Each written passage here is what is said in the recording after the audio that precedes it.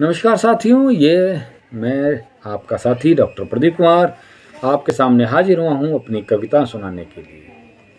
ये कविता लिखी थी मैंने 29 दिसंबर 2005 में।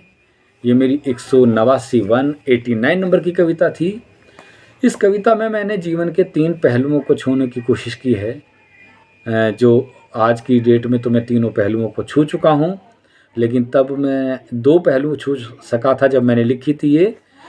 लेकिन तीनों पहलुओं का जिक्र किया है कि जिसमें बचपन, जवानी और बुढ़ापा। ठीक है, तो मैं शुरू करता हूँ कविता का शीर्षक है जीवन। जीवन की तीनों स्टेजेस इसमें वर्णित की गई हैं। चलिए शुरू। बुढ़ापा कि बचपन छूटकर हाथ फिर आता नहीं है। बचपन छूटकर हाथ फिर आता नहीं है और जवानी का साथ भी जीवन भर दिया जाता नहीं है। और बुढ़ापा बाहें पसार कर आ खड़ा हुआ है, चाहकर भी मुंह उससे अब छुपाया जाता नहीं है। कि बचपन अटखेलियों की याद दिलाता है। तीनों की स्टेजों में अंतर क्या है कि बचपन अटखेलियों की याद दिलाता है, जवानी का एहसास अब मुंह चिढ़ाता है। किस मोड़ पर होंगी खत्म जीवन की करवटें, बुढ़ापा बाहें फैलाए अपनी ओर बुलाता है। और बचपन के साथियों की याद सताती है, जवानी की याद दिल में टीस उठाती है। बढ़ चुके हैं कदम जीने की राह पर, बुढ़ापे पर जाती हुई नज़र खूब रुलाती है। और बचपन बहुत याद आता है बार बार, जवानी याद करके रोता हूँ जार जार।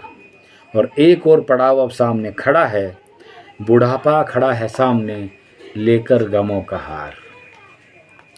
और नंगे पांव चलना जहन में जिंदा है, जीवन भी उड़ता फिरता एक परिंदा है। अतीत सामने आकर नजरें चुराता है, भविष्य आदमखोर है एक दरिंदा है। और आखिर 4 लाइनें कि कानों में शोर है बचपन के सिसकने का, जवानी का एहसास है जी भर तरसने का। प्रदीप अलग होना है सब कुछ ही छोड़कर, बुढ़ापा सच्चाई है जीवन हाथ से सरकने का। बुढ़ापा एक सच्चाई है जीवन हाथ से सरकने का। इस बुढ़ापे के सच्चाई को और जीवन को सरकने से पहले आपकी और मेरी जितनी मुलाकात संभव हो सकेंगी मैं आपसे करता रहूँगा, आपसे मिलता रहूँगा, कविताओं के माध्यम से, अन्य किसी माध्यम से। तब तक के लिए धन्यवाद, शुक्रिया, थैंक यू।